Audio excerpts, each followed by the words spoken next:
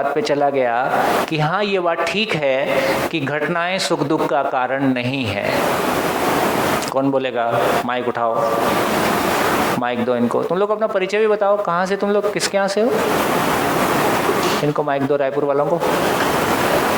क्या अपने मायके से कुछ लोग आए?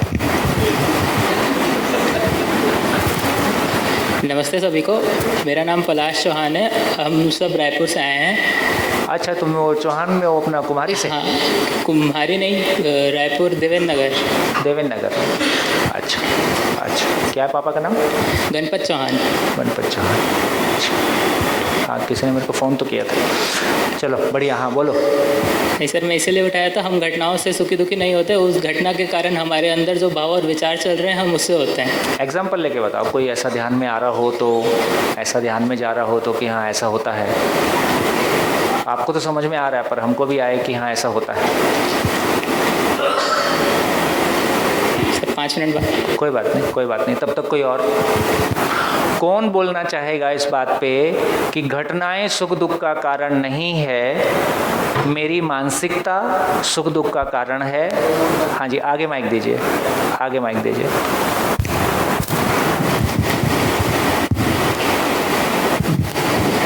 नमस्ते, मैं डॉक्टर मंगला निकम। आराम से, आराम से। हाँ, एक एग्जांपल देती हूँ। हाँ। रिजल्ट लगा था 10th का और मेरा भांजा था 10th में, वो फेल होने वाला था। पेपर अच्छे नहीं गए थे तो 55% मार्क मिले, तो उसने बहुत मिठाई बांटी। अभी जो भैया बोले ना, उनका लड़का है। और एक 10th में मेरी ननंद की लड़की थी, उसको बहुत अच्छे 98% मिले, लेकिन उसको ज़्यादा चाहिए थे, तो वो थोड़ी दुखी थी। मतलब रिजल्ट का कोई मतलब नहीं है, वो अप्रोच कैसा था। 55 वाला मिठाई बांट रहा है और फिर 98 वाला रो रहा है। घर की बात है मेरे, ये अभी भैया बोले, ठाकरे भैया, उनका ही लड़का है छोटा, और घर के ही दूसरे एक ही दिन में ऐसा रिजल्ट मिला मेरे को। हाँ। वो थोड़ी नाराज़ थी कि थोड़ा ज़्यादा मार्क चाहिए था, पढ़ाई बहुत की थी। बढ़िया, गुड गुड गुड। ऐसे एग्जाम्पल और भी आपके पास होंगे? ऐसा कोई और एग्जाम्पल देना चाहेगा? घटी घटनाएं। एक और बात अपने को ध्यान में रखना है कि जब हम शेयर करें तो मैक्सिमम लोग अपनी घटी घटनाओं को शेयर करें। अपन कभी कल्पना से बोलते हैं मान लो ऐसा हो जाए, वैसा हो जाए, की बजाय घटी घटनाओं को लाना। तो कोई और शेयर करेगा? घटनाएं हमारे सुख दुख का कारण नहीं है, हमारी स्टेट ऑफ माइंड, हमारी स्वीकृतियां हमारे सुख दुख का कारण है। हाँ जी बोलिए। माइक आगे, माइक 2 है ना अपने पास? कितने हैं? अच्छा, उधर है एक माइक, ठीक, कोई बात नहीं।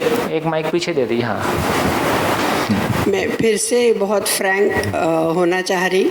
मेरी डॉटर है जो कि दुबई में रहती है। अब उसकी शादी हो गई, 10 साल 12 साल हो गए। कुछ पर्सनल प्रॉब्लम्स के वजह से हस्बैंड वाइफ अलग रहने लगे। जो भी उनके बीच में था वो अलग रहने लगे। ऐसा उन्होंने, वो भी हमारे लिए एक ट्रॉमा था, हम लोग उसको भी ओवरकम करने के उसमें थे। 3 साल वो वैसे अलग रहे। एक्सेप्टेंस आ गया हमको भी उनको भी, और ये समझता गया कि now eventually divorce is the होने ही वाला है वो। पर वो स्वीकृति नहीं आ रही थी एज पेरेंट्स। हम लोग हमेशा चाह रहे थे कि रिकंसाइल हो जाए, लेकिन पिछले अगस्त वो चीज़ हुई।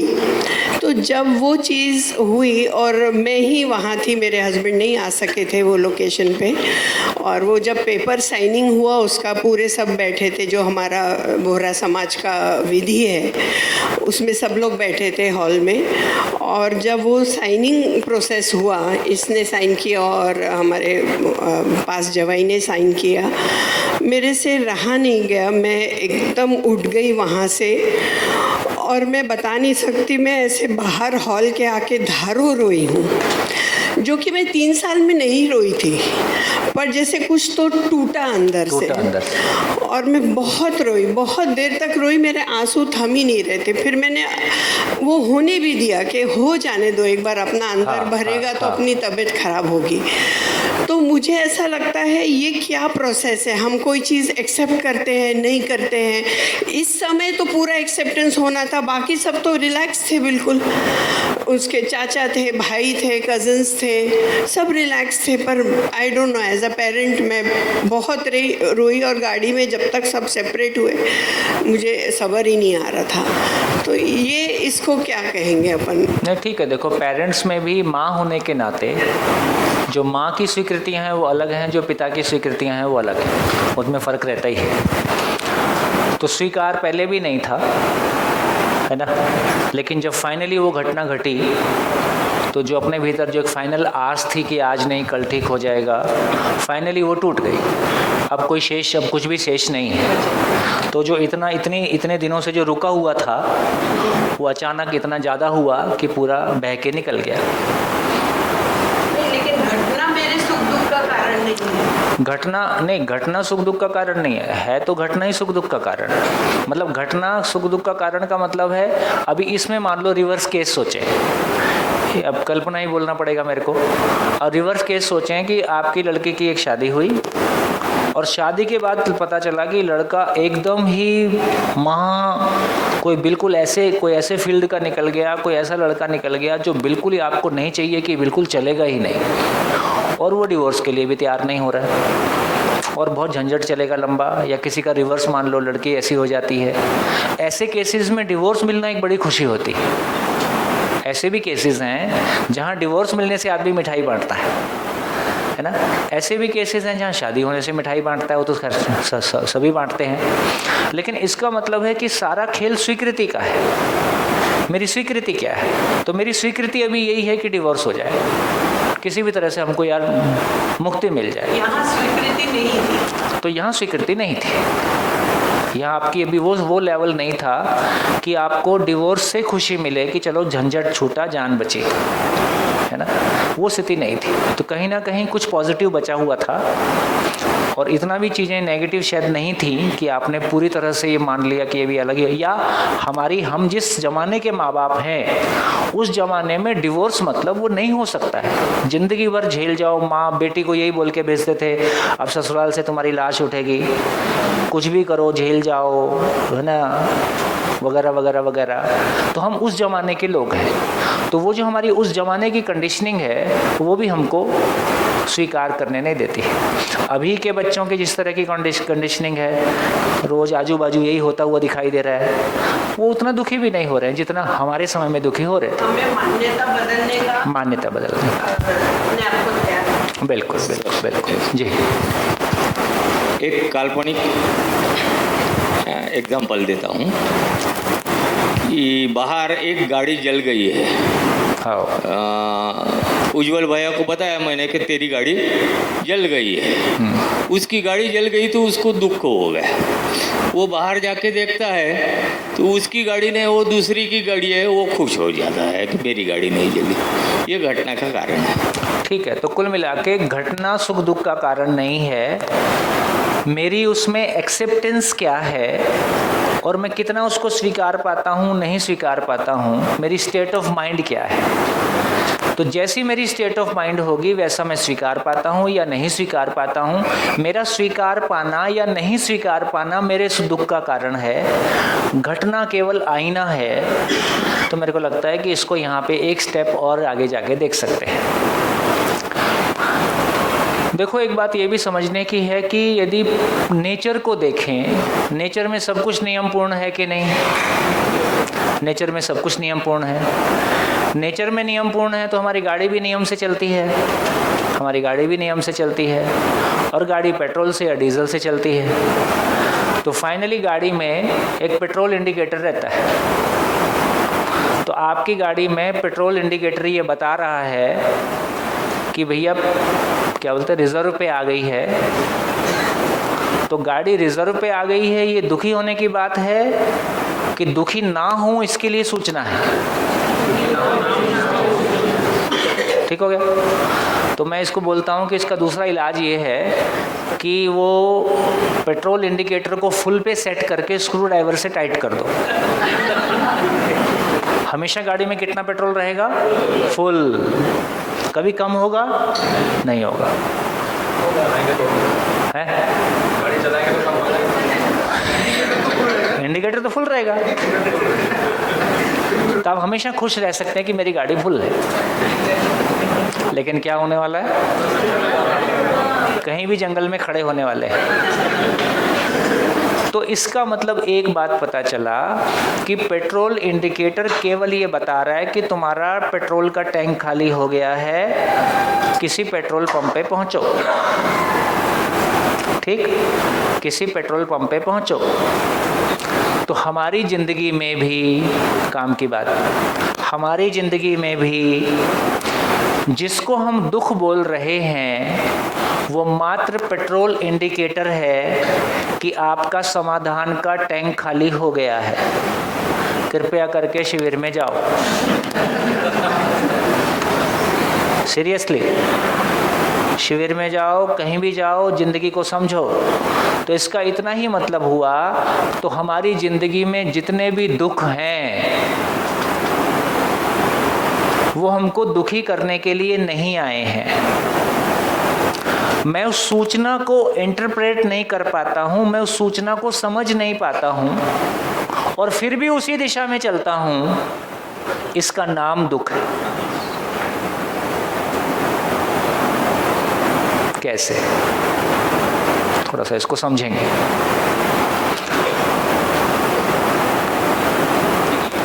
ये पूरा अस्तित्व नियमपूर्ण है। कितने लोगों का स्वीकृति? सभी का स्वीकृति। नियम पूर्वक आदमी दुखी होता है, नियम पूर्वक सुखी होता है। धीरे धीरे वो सुखी दुखी होने का नियम भी समझ में आएगा। और जन्म और मृत्यु भी घटना है। जैसे मैं एक दूसरी बात कहूँ, किसी की, आपकी अपने की डेथ हो जाती है तो अपन रोते हैं, परेशान होते हैं कि नहीं होते? क्यों परेशान होते हैं? क्यों परेशान होते हैं? है ना?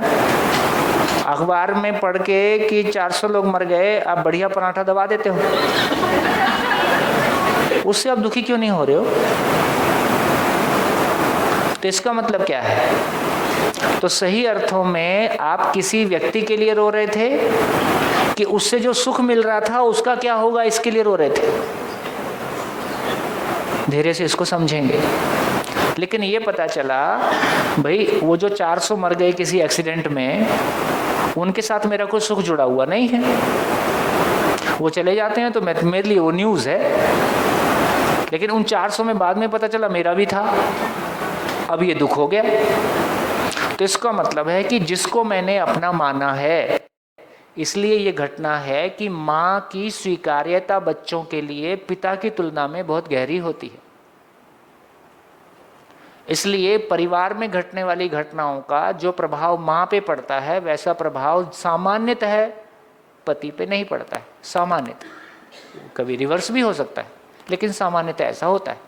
क्योंकि माँ ने उनको जन्म दिया है, तो जन्म देने की घटना के आधार पर माँ की स्वीकार्यता बच्चों के लिए गहरी होती है। तो उस आधार पे जितनी गहरी स्वीकृति है, फिर उतने गहरे दुख भी हैं। उतनी खुशी भी है, फिर उतने गहरे दुख भी है।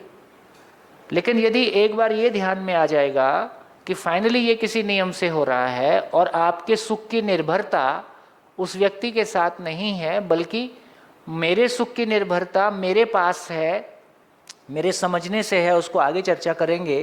तो जितने मेरी सुख की निर्भरता उसके साथ नहीं रहेगी, उतना मैं उस घटना को स्वीकार सकता हूँ। अभी मैं क्या चाहता हूँ? घटना नियम से घटे कि मेरे अनुसार घटे? मैं क्या चाहता हूँ? मैं चाहता हूँ कि घटना मेरे अनुसार घटे। तो मेरी उम्र चाहे कितने भी हो जाएं, पर बाल काले ही रहें।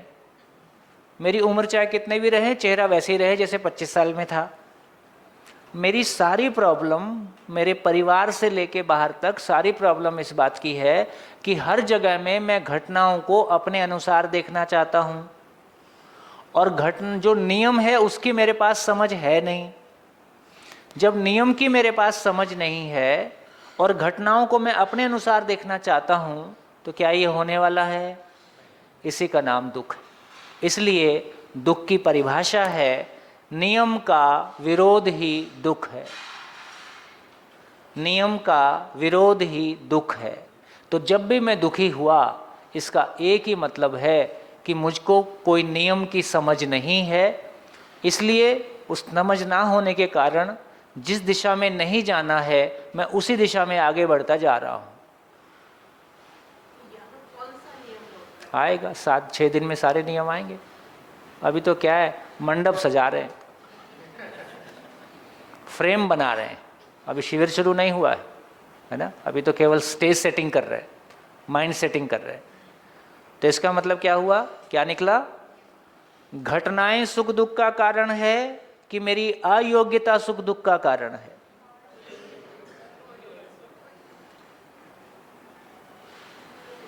अस्तित्व में तो जो कुछ घट रहा है किसी नियम से घट रहा है। उस नियम की मेरी समझ नहीं है, उस नियम की मेरी समझ नहीं है, इसलिए वो घटना मेरे को स्वीकार नहीं है, इसलिए मैं उस घटना को मेरे अनुसार चाहता हूं। इसका नाम दुख है।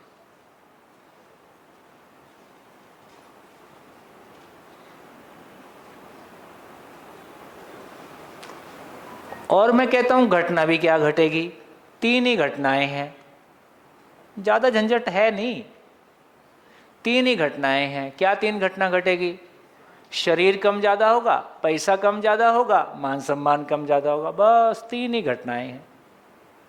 चौथी घटना ले आओ। शरीर कम ज्यादा होगा, आपका, आपके अपनों का, एक दिन मर जाएगा, फाइनली इतना ही हो सके, इससे अधिक कुछ नहीं हो सकता।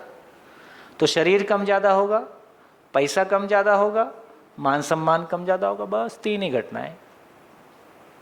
इनके ऊपर कोई चीज है जो इन तीनों घटनाओं को देखता है।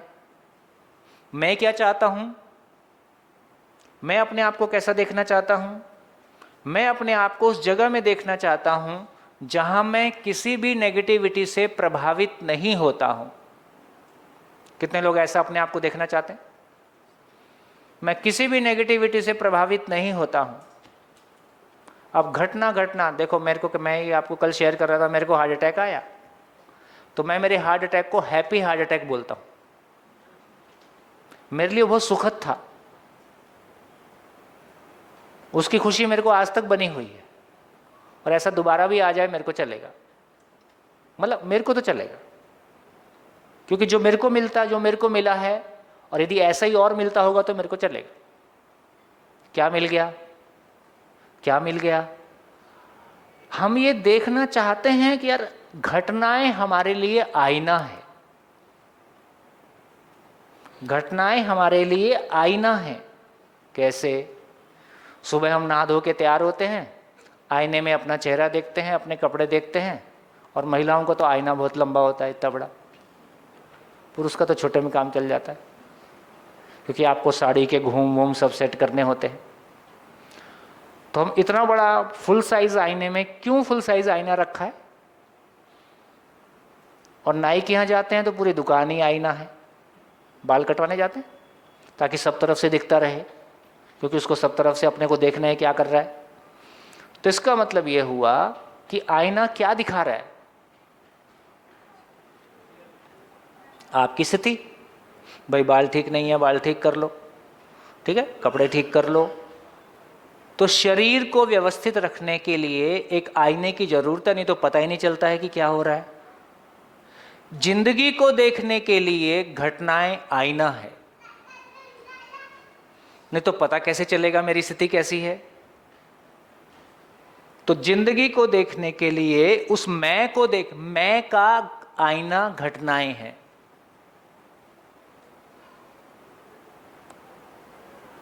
मैं अपने आप को कैसा देखना चाहता हूं कि मैं किसी नेगेटिविटी से प्रभावित नहीं हुआ। ये मेरे को पता कब चलेगा? मैं किसी लोभ से, मोह से, काम से, है ना, प्रभावित नहीं हूं, या किसी दुख से, प्राण भय से प्रभावित नहीं हूं। ये पता कब चलेगा? जब परिस्थिति सामने आएगी। तो मेरे सामने लालच आया और मैं उससे प्रभावित नहीं हुआ, है ना। ऐसे मेरी जिंदगी में मेरे को कई मौके याद हैं जब मेरे पास बड़े लालच अलग अलग डायमेंशन के थे, मैं उससे यदि प्रभावित नहीं हुआ तो उन घटनाओं को सोच के मैं आज भी खुश होता हूं कि यार मैं आदमी ठीक ठाक हूं।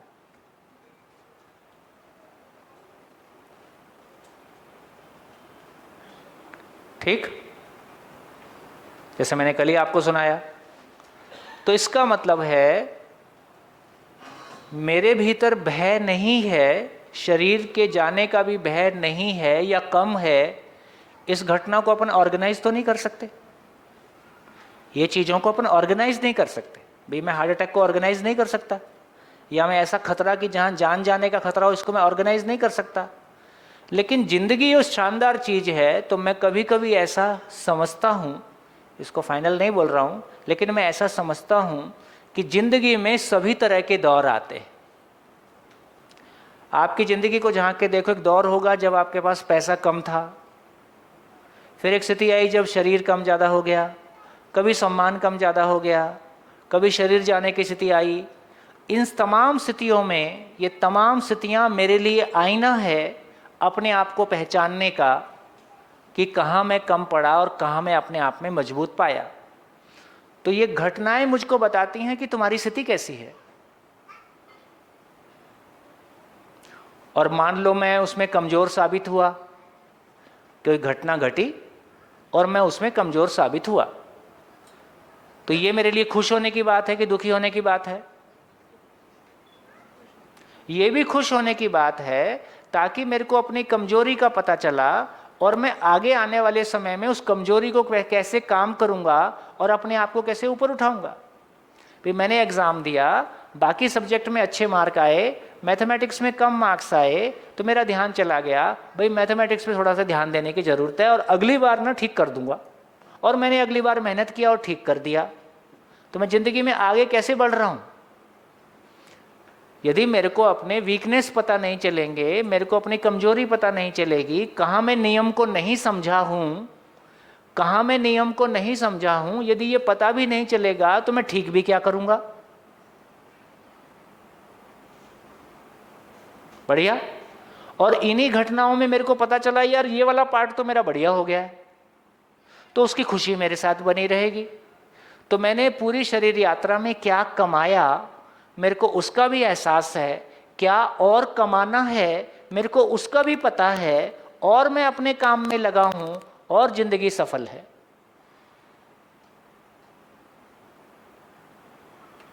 क्या खा पी माइक माइक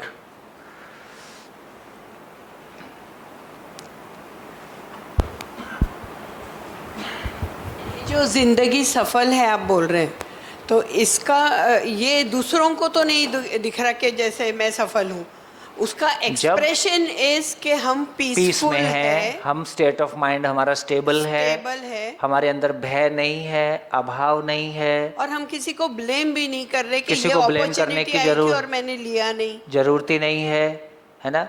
फिर कोई चीज़ की जरूरत ही नहीं है। दूसरों को दिखाने की आवश्यकता तभी पड़ती है जब हम भीतर से खाली होते हैं,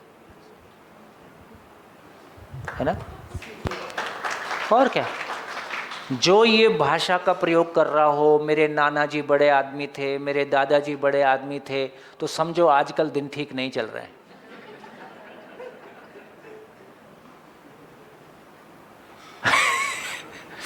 तो भूतकाल की बातचीत, कहते हैं भूत क्या होता है? भूत भूत देखा है? भूत दिखाऊं? कितने लोग भूत से मिलना चाहते हैं?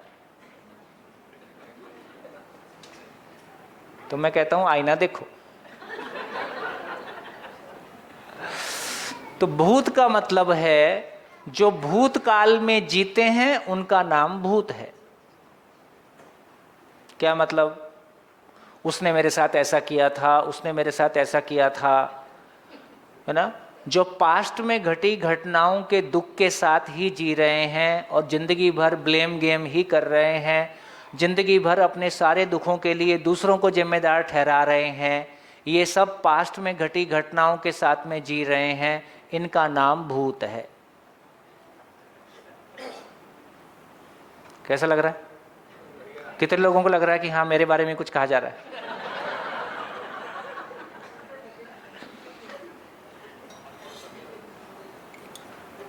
मजा आ रहा है कि नहीं?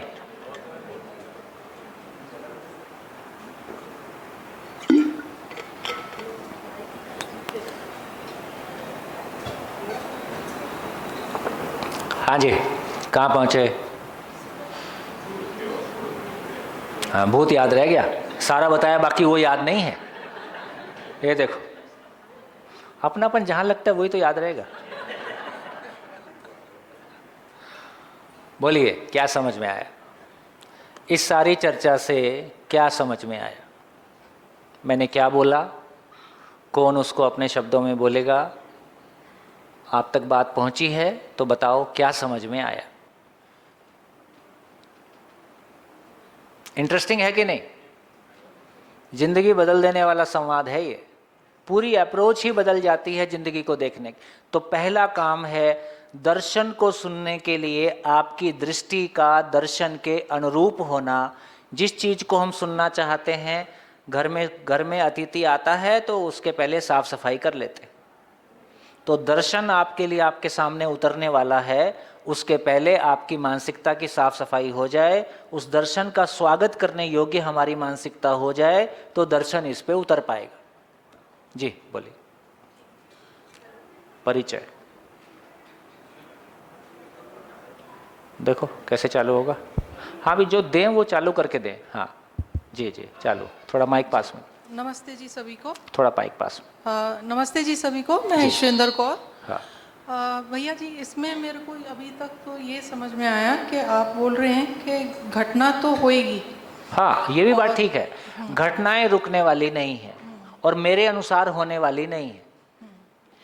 तो वो हमारा मतलब उसको हमको ऐसे देखना है कि ये हमको कुछ सिखाने के लिए आई हाँ, है। ऐसे देखना नहीं है, हमारा वो आईना है। ऐसा देखना नहीं है, वो ऐसा है। हाँ जी हाँ, देखना नहीं है, उस पर एहसान नहीं करना है। जी। हाँ, मैं घटना पे एहसान कर रहा हूँ, मैं तुमको अब ऐसे देखूंगा। वो जैसा है वैसा देखना है। जी, जैसा शरीर के लिए आईना होता है, वैसा घटनाएं हमारे मैं के लिए आईना है कि मैं कहाँ तक पहुँची। बहुत बढ़िया। मेरे में मतलब अगर घटना मेरे को अनस्टेबल कर देती है, हाँ। मेरे को हिला देती है, तो फिर कहीं ना कहीं मैं किसी दूसरी चीज़ पे मतलब परिवर्तनशील चीज़ पे अपना आधार बना रही हूँ। हाँ, बहुत बढ़िया। और वो मेरे को नहीं बनाना है। मेरे को मतलब जो निरंतर है, जो नियम है, शानदार। उसके ऊपर अपना बहुत बढ़िया। स्टेबिलिटी अपनी बहुत कायम बढ़िया, करनी है। बहुत बढ़िया, बहुत बढ़िया, बहुत बढ़िया। बड़ा निष्कर्ष एक सिंपल है, वो सभी के लिए कॉमन है। बाकी थोड़ा स्पेसिफिक में जा सकते हैं और गहराई में जाएंगे तो एक बात समझ में आ गई, यदि आप हिल रहे हो इसका मतलब आप हिलने वाली चीज पे खड़े हो।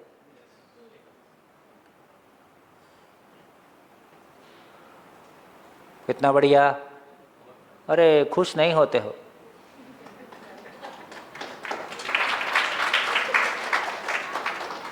तो अपने को अपना सरफेस बदलना है। हम जो खड़े हैं हिलने वाली चीज पे खड़े हैं, तो भैया स्टेबल रहना है तो स्टेबल चीज पे खड़े हो। स्टेबल क्या है? जो बदलता नहीं है। तो जो बदलता नहीं है जब उस पे खड़े हो जाएंगे तो ये हिलना डुलना बंद हो जाएगा। लिख डालिए क्या समझ में आया। इस पूरी चर्चा से क्या समझ में आया अपने लिए, है ना? मेरा दृष्टिकोण क्या हो जिंदगी के लिए। आप रोएं गाएं तो भी ये शरीर पूरा होगा, आप टाइम पास कर दें तो भी ये शरीर पूरा होगा। लास्ट मोमेंट पे कमाई इतना ही है कि अपनी मुट्ठी में क्या आया, और वो कोई ना कोई वो अपने आप से हिसाब किताब पूछा जाएगा। उस समय हम आंसर देने की स्थिति में होंगे कि नहीं होंगे, बस इसी का नाम जिंदगी है। किसी को नहीं दिखाना है, किसी को प्रूव नहीं करना है, प्रूव अपनी नज़रों में करना है, प्रूव अपने आप को करना है कि मैं बढ़िया आदमी हूँ और मैं शानदार जिया। किसी को दिखाने की ज़रूरत नहीं। लिख डालिए इस पूरी चर्चा से क्या समझ में आया।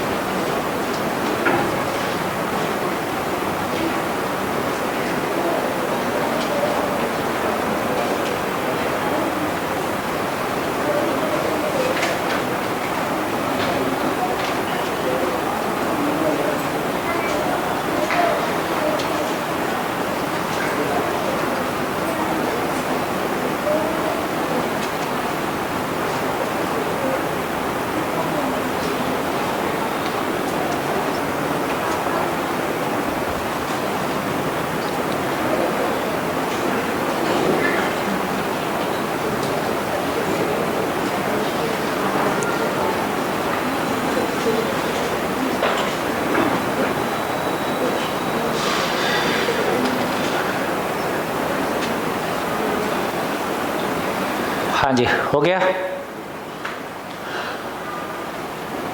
कुछ कहना? हो गया? कितने लोग हाथ खड़ा कर सकते हैं कि जो कुछ कहा गया वो कम से कम लॉजिकली मेरे तक पहुंच रहा है, मैं कंसेप्चुअली बात को समझ पा रहा हूं? बढ़िया, लगभग सभी लोग। तो कृपया करके अपने पड़ोसी को समझाएं क्या समझ में आया। सभी एक दूसरे को बताएं क्या समझ में आया। सभी एक दूसरे को बताएं।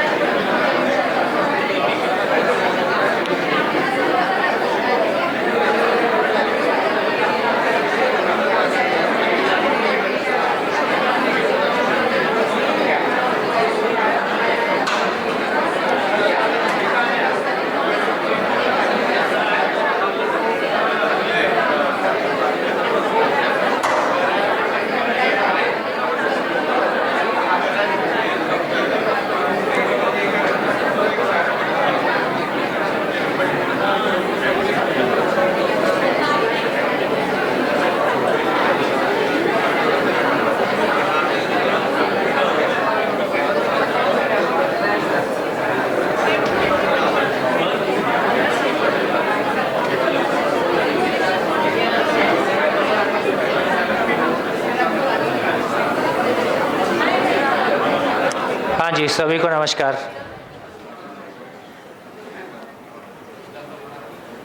बोलिए, कितने लोगों को इस बात को बोल के तृप्ति मिली कि हाँ मैं बात को ठीक से कह पाया, और कितने लोगों को सुनने से तृप्ति मिली कि हाँ सामने वाले ने ठीक बोला? वेरीफाई हो, ठीक?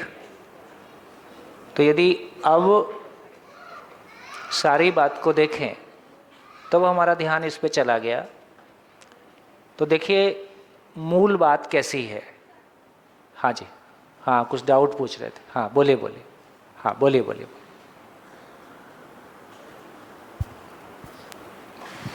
नमस्ते भैया। अभी आपने जैसे बोला कि घटना जो घटती है ना, हमारे साथ जो भी घटना घटती है उसका हम पे इम्पैक्ट नहीं होना चाहिए, हमको एक तरह नेगेटिव इम्पैक्ट नहीं होना चाहिए, या हमको एक धीट बनना चाहिए, है ना? ढीठ बनना चाहिए, या उसको फेस करना चाहिए, उस घटना धीर बनना चाहिए, उसको हमें फेस करना चाहिए, है ना? हाँ, उस घटना के साथ में हमको आगे बढ़ना है। पर कुछ घटनाएं ऐसी होती है कि वो घटना हमारे पूरे लाइफ पे इम्पैक्ट करती है जी, और उस घटना को हम नहीं स्वीकार कर पाते। बिल्कुल ठीक। जो भी हमारी नॉलेज है या फिर हम खुद को जितना समझ पाते हैं उस हिसाब से हम कुछ घटनाएं नहीं भूल सकते, या फिर उसका इम्पैक्ट हमारे आने वाले भविष्य पर भी पड़ता है। बिल्कुल ठीक।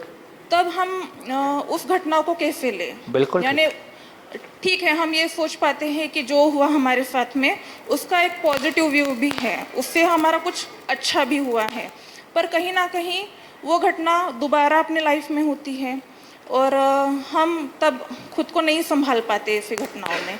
जैसे एग्जाम्पल मेरे पास है, पर शायद अगर आप एक्सप्लेन करें तो उसका आंसर मुझे वहाँ से मिल जाएगा। बोलिए बोलिए। जैसे मेरा और मेरे हस्बैंड का यानी हमारा लव मैरिज है। मैं नॉर्थ इंडियन हूँ और वो साउथ इंडियन है, तो एक्चुअली हमारे इसमें सब चेंज, लैंग्वेज का प्रॉब्लम, उसके बाद में रहन सहन खान पीन सबका प्रॉब्लम था, यानी सब डिफरेंट था। हम 9-10 साल अच्छे से रहे, हम दोनों की भी जॉब थी, मैं भी गवर्नमेंट टीचर हूँ और मेरे जो मिस्टर है वो भी हाई स्कूल में टीचर है, और एक्चुअली वो इतने स्किलफुल है कि और उनका जो जीवन जीने का तरीका है वो मेरे से बहुत डिफरेंट है। और उनका कैसा है कि मैं नॉर्थ इंडियन होने की वजह से मेरा यहाँ पे कोई नहीं, फैमिली हमारी बस एक ही एक फैमिली थी पंजाबियों की, और वो नॉर्थ इंडियन होने की वजह से उनका पूरा शहर उन्हीं के कास्ट का था, उन्हीं के धर्म का था, सब कुछ उनका था, और मैं कहीं ना कहीं अकेली गिर रही थी उन केस में। फिर भी कैसा था कि शादी होने के बाद में हम जिस वातावरण में जाते हैं तो उस वातावरण को हम इजीली एक्सेप्ट कर लेते हैं, उस तरीके से हमारा रहना सहना हुआ। मैंने बहुत सारे तौर तरीके उनके सीखे, उस हिसाब से लाइफ बहुत अच्छे से चल रही थी। 2 बच्चे हुए हमारे, और 9-10 साल बाद ऐसा पता चला कि मेरे हस्बैंड का एक्स्ट्रा मैरिटल अफेयर है। तो उस दिन मैं पूरा जो घटनाएं घड़ी मेरे साथ में उसको स्वीकार करने की बहुत कोशिश की, पर नहीं हो पाया। फिर बाद में 2-4-5 महीने चले गए, फिर ऐसे पता चला कि उनका और कहीं दूसरी औरत के साथ भी है। ऐसा करते करते 4-5 औरत के साथ में उनका एक्स्ट्रा मैरिटल अफेयर मेरे सामने आया।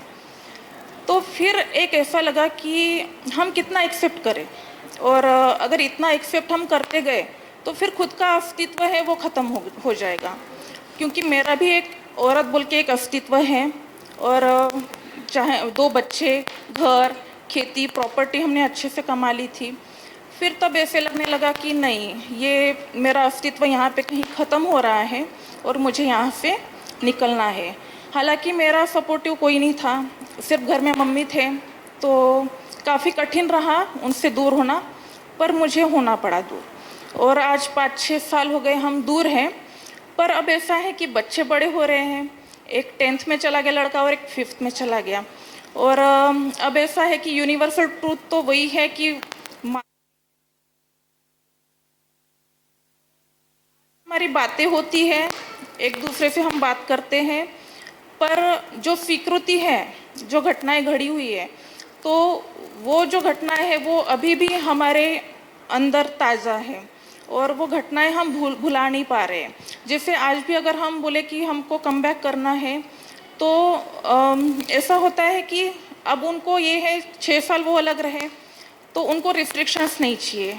हर चीज रिस्ट्रिक्शंस नहीं चाहिए, रेस्ट्रिक्शन नहीं, उनको उनकी लाइफ उनके तरीके से जीनी है। जैसे आपने कल एग्जांपल दिया था कि एक पति 4 गर्लफ्रेंड्स को घर में लाता है, वो अपने तरीके से जीना शुरू करता है और वो अपनी बीवी को भी बोलता है तू अपने तरीके से जी।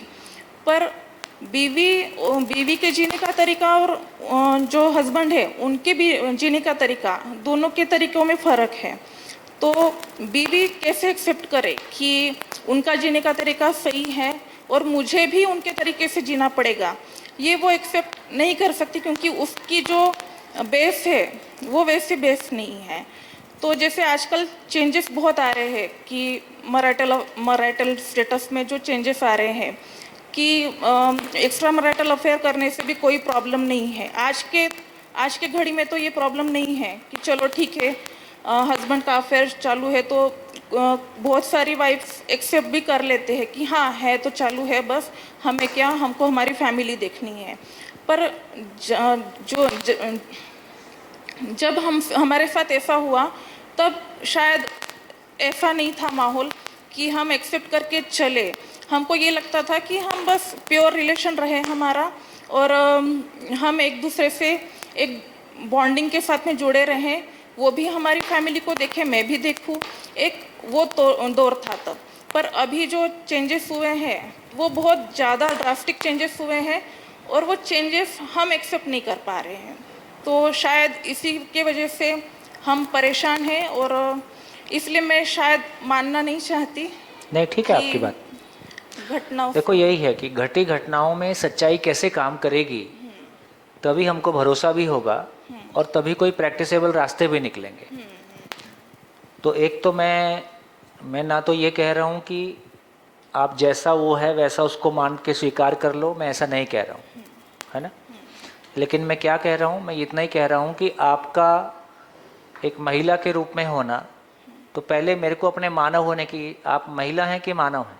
मैं मानव हूँ। हाँ, दोनों में क्या फ़र्क है? महिला अगर बोले तो एक कैसा है कि पुरुष, जैसे हमारी संस्कृति है पुरुष प्रधान संस्कृति है, अगर हमको पुरुष बोलते हैं तो हम स्त्रियों को कहीं ना कहीं नीचे दर्जे से देखते हैं और पुरुष का जो अहम है वो स्त्रियों से ज़्यादा होता है और सहनशीलता जो है वो स्त्रियों में ज़्यादा होती है।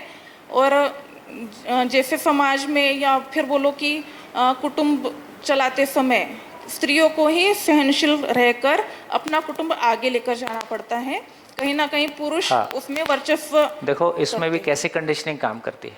जब मैं पूछ रहा था तो मेरा ये आशय नहीं था, लेकिन उस शब्द से जो आप में कंडीशनिंग है आप उसको बोल रहे हो। तो मेरा कहने का आशय है कि जब हम महिला बोलते हैं तो हमें स्त्री शरीर की बात कर रहे हैं, जब हमें पुरुष बोल रहे हैं तो हमें पुरुष शरीर की बात कर रहे हैं। तो सही अर्थों में हम मानव की बात कर ही नहीं रहे, है ना। तो पहला काम ये है कि मैं अपने मानव होने को पहचानूं। फिर दूसरा काम ये है कि आपके पति भी मानव होने को पहचाने। अब उसका पहचानने का मन अभी नहीं है तो इसमें हम आप कुछ नहीं कर सकते हैं, लेकिन हम अपने मानव होने को पहचान सकते हैं। ये हमारा स्वतंत्रता है, इसमें कोई हमको रोक नहीं सकता है। तो यहाँ से हमारी यात्रा शुरू होती है। तो मैं अपने मानव होने को पहचानता हूँ, तो मानव होने को पहचानने के साथ साथ फिर मेरा जो सुखी होने की निर्भरता है वो कैसे काम करेगी, धीरे धीरे वो पिक्चर निकल के आएगी। तो अगले 7 दिन में निकलेगी। तो आप अपना एक काम आप कर सकते हैं, सभी के लिए बोल रहा हूँ। इस अनुसंधान का ये आश्वासन है कि आपके पास पूछने के लिए क्वेश्चन नहीं बचेगा। दुनिया जहाँ से लाने हैं ले आइए, लेकिन सभी बातों पे समय की भी सीमा है, कितनी बात हो पाएगी। लेकिन आप एक काम तो कर ही सकते हैं कि जितने प्रश्न आपके मन में उठते हैं, कहीं से भी किसी भी तरह का प्रश्न उठता है, आप कम से कम कॉपी के बैक साइड में लिखते जाइए। क्योंकि जब ये चर्चाएं चलती हैं तब हमारे को ध्यान आता है कि यार ये कैसे होगा, ये कैसे होगा, ये तो नहीं हो सकता है। उस समय ध्यान आता है, 2 घंटे बाद फिर आप भूल जाएंगे। ऐसी भी बहुत सारी चीज़ें होंगी। तो कम से कम क्वेश्चन के रूप में आप कॉपी में एक बार ब्लैक एंड वाइट में ले आएंगे ना, तो आपको ध्यान रहेगा कि मेरी ज़िंदगी में कहाँ कहाँ क्वेश्चंस का मतलब गैप्स को मैंने पहचाना है। क्वेश्चंस का मतलब अंधी दीवार को मैंने पहचाना है कि उसके बाद मेरे पास रास्ता नहीं है, तो कम से कम मेरे पास क्वेश्चंस लिखा हुआ रहेगा, जितना संभव होगा हम चर्चा करेंगे, लेकिन लास्ट में हम 7वें दिन देखेंगे कि हम कहाँ पहुँचे, और फिर हम देखेंगे कि कोई रास्ता है कि नहीं है ना। तो अभी तो इतना ही बोलूँगा, बैठिए आप। तो अभी इतना ही बोलूँगा कि आप एक चीज और, हाँ हाँ कि आपने जो नियम बोला है, तो जीवन जीते समय हमें किस नियम से चलना चाहिए, वही तो बताऊंगा। और हाँ, तो फिर अगर नियम है तो फिर हम नियम का भंग क्यों करते हैं? वही तो इसका मतलब, इसका बैठिए, इसका देखो सूत्र ये है, गलती है तो समझ नहीं, समझ है तो गलती नहीं। ठीक हो गया, ये भी एक नियम है। तो इसका क्या मतलब हुआ, जैसे एक बार आपने ये पहचान लिया कि पानी पीने से प्यास बुझती है, तो क्या आपकी कल्पना में भी आया कि मिट्टी का तेल पी लूँ या गाय का घी पी लूँ, है ना, या कोल्ड ड्रिंक से प्यास बुझा लूँ, ऐसा कल्पना में भी कभी आया? प्यास लगी तो पानी का ही ध्यान आता है, हम कुछ और हमारी कल्पना में भी नहीं आता है। इसका मतलब क्या हुआ, जिस मामले में मेरी क्लैरिटी है, जिस मामले में मेरी क्लैरिटी है, उस मामले में कल्पना में भी गलती नहीं हो रही है, प्रैक्टिकली होना तो बहुत दूर की बात। ध्यान में आ गया? इसका मतलब जिन मामलों में गलती हो रही है उस मामले में मेरी क्लैरिटी है कि नहीं है? नहीं है। इतनी तो बात निकली। तो इसका मतलब है कि जिंदगी को लेके हमारी क्लैरिटी नहीं है। अब सवाल खड़ा होता है कि मैं ठीक हूं कि वो ठीक है, और बाद में पता चलता है कि दोनों ही ठीक नहीं है, कुछ और ही करना होगा। तो इस धरातल पे खड़े होके हमारे दुख दूर नहीं होने वाले हैं। भूल जाओ, लेट गो कर दो, ये तो सबके साथ होता ही है, आजकल दुनिया ही ऐसी है, और तुम्हारा कोई प्रारब्ध होगा, और तुम्हारी तुमने कोई पूर्व जन्म के संस्कार होंगे, और तमाम इसके एक्सप्लेनेशन है। लेकिन इससे हमारा दुख दूर नहीं हो रहा है। तो इसका मतलब है कि हमारा दुख दूर हो जाए और हमेशा के लिए हो जाए, उसका भी तो कोई रास्ता होगा। तो उस रास्ते को धीरे धीरे देखेंगे। ठीक हो गया? एक बात और बोल रहा हूँ, लिख के छोड़ दीजिए और आप सुनने की स्थिति में साथ साथ चल पाएं। अभी जैसे मान लो आपके अंदर ये दुख बना हुआ है, मैं जो भी बोल रहा हूँ आप उसको इसी में सोल्यूशन ढूंढ रहे हो, तो आप मेरे को नहीं सुन रहे हो या आप कंटेंट नहीं सुन रहे हो, आपका ध्यान हमेशा अपनी प्रॉब्लम पे बना हुआ है, तो आपकी प्रॉब्लम सॉल्व नहीं होने वाली। ठीक? तो इसका मतलब क्या हुआ, आप सभी के पास कोई भी ऐसी समस्या है जो आपको सुनने में बाधा पैदा करती है, तो कृपया करके कॉपी के बैक साइड में लिख दीजिए और अपने आप को समझा दीजिए कि मैं इसको बाद में देखूंगा, तो थोड़ा शांत रहे, मेरे को थोड़ा सा ठीक से सुनने दे, समझने दे। समस्याओं के समाधान नहीं होते हैं, समाधान की रोशनी में समस्याएं हैंडल होती हैं।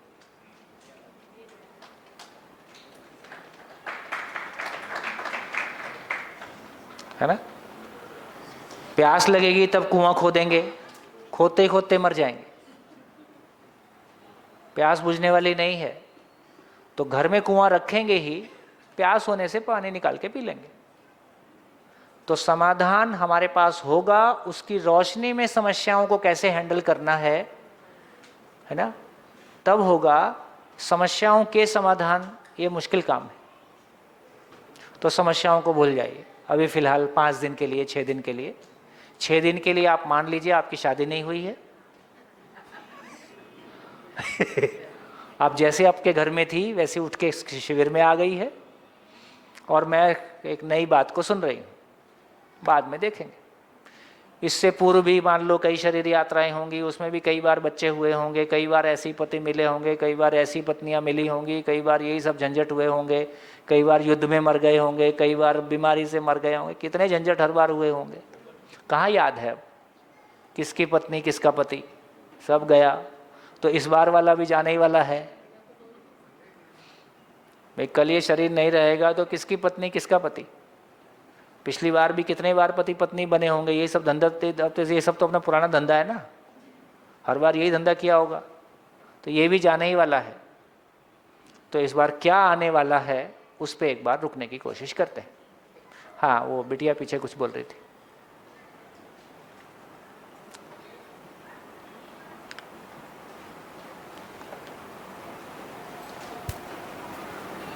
हेलो। हाँ जी, माइक ऑन करके दें जब भी दें। हाँ, good morning everyone. Good morning sir. मेरा नाम वैष्णवी पेटकर है। एक्चुअली एक इंसिडेंट शेयर करना चाहती हूँ कि एक बार एग्ज़ाम थी मेरी, जो साल में एक बार आती है। सो आई टुक एन गैप एंड उसके बाद में मैं एग्ज़ाम अटेम्प्ट करने के लिए वहाँ गई अपने भाई के साथ, जो मेरे से 4 साल छोटा है। तो हम लेट हो गए एक्चुअली। तो ऑटो ड्राइवर को हमने थोड़े ज़्यादा पैसे दिए और हमने कहा कि जल्दी पहुंचा दो सेंटर पे, ताकि मेरी टाइम पे एग्ज़ामिनेशन ऐसी होए करके, क्योंकि हाफ आवर पहले पहुंचना पड़ता है, उसके बाद में गेट बंद हो जाते हैं। तो हम कुछ मिनट्स पहले पहुँचे और I was so much in stress, और बहुत कुछ था मेरे मतलब दिमाग में कि मैं भूल ना जाऊँ बहुत कुछ, क्योंकि होता है ऐसे स्ट्रेस की वजह से जो आना होता है वो भी नहीं आता। तो मैं मतलब फॉर्चुनेटली वहाँ पे पहुँच गई जल्दी से, गई, फिर एग्ज़ाम वगैरह अटेम्प्ट किया। द एग्ज़ाम वॉज गुड, पर उतना अच्छा नहीं था। आई वॉज नॉट सेटिस्फाइड कि अच्छा नहीं गया करके। मैं बाहर आई और फिर मेरे भाई ने पूछा मुझे कि कैसा गया तेरा पेपर के। तो आई सेड कि ठीक है, अच्छा नहीं गया उतना। तो आई आस्क्ड कि तू इतना चिल क्यों है करके। He was so chilled at that time and मैं स्ट्रेस में थी स्टिल, एग्ज़ाम देने के बाद भी। तो ही सेड दैट तू टेंशन में थी पहले जाने के पहले।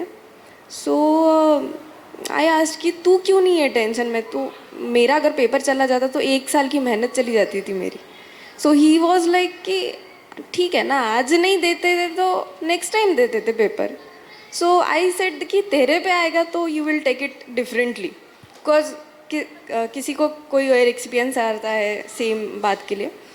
तो जब उस पर भी आई ना, so he was chill, next time दे देंगे यार, ये क्या मतलब, इतना भी टेंशन लेने की बात नहीं है।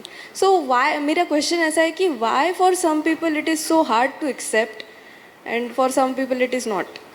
कुछ लोग उसे निगेटिवली भी लेते हैं, कुछ लोग उसे पॉजिटिवली भी लेते हैं। जैसे हमने पहले बात की कि कोई इंसिडेंट हुआ तो उससे हमको लर्निंग्स मिलती है, कुछ की पॉइंट्स मिलते हैं। बट कुछ लोग वो लर्निंग्स को पॉजिटिवली लेते हैं और कुछ लोग निगेटिवली लेते हैं। तो why is it so and how to tackle it, ये मेरा क्वेश्चन है। बढ़िया, ब्रेक हो गया। शानदार, खूब बढ़िया क्वेश्चन। लौट के बात करते हैं। धन्यवाद, नमस्कार, फिर मिलेंगे ब्रेक के बाद।